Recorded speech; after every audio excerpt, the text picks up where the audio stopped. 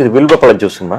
Okay. வில்வ பழத்துல தயார் பண்ணது. இந்த ரெண்டுமே அல்சருக்கான முக்கியமான பொருளா கொடுக்குறாங்க. ஓகே. நிறைய பேருக்கு வாயில புண்ணு வந்துட்டே இருக்குங்க, வாயில ஸ்மெல் வருது, அப்ப இருந்தா குடல்ல புண்ணு இருக்குன்னு அர்த்தம். அவங்க எல்லாமே இது புண்ணு சரிப்படுத்திடு. ஹீட்டை குறைக்குங்க, ரத்தத்தை சுத்தம் பண்ணிரு. ரத்தத்தை சுத்தம் பண்ணி ரத்தத்தை வந்து ஒரு பியூரிஃபை பண்ணி கொடுத்துருங்க. ஹியூமிடிட்டி பவர் அதிகப்படுத்துங்க. ஒரு 1/4 டம்ளர் ஜூஸுங்க, 3/4 டம்ளர் தண்ணி, பச்சை தண்ணி.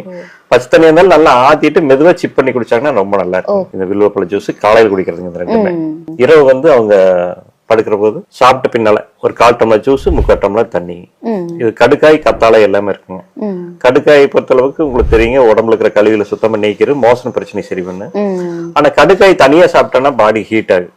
ஒரு குறிப்பிட்ட ஸ்டேஜில் தொடர்ந்து சாப்பிட்டோம்னா பின்னால சில சைட் எஃபெக்ட் வர ஆரம்பிக்கும். ஆனா அதே சமயம் இதுக்கு நம்ம கத்தாழை சேர்த்திருக்கிறோம், ஹீட்டை குறைச்சிருங்க, புண்ணு இருந்தாலும் ஆத்திரு. ரொம்ப அருமையான ப்ராடக்ட்.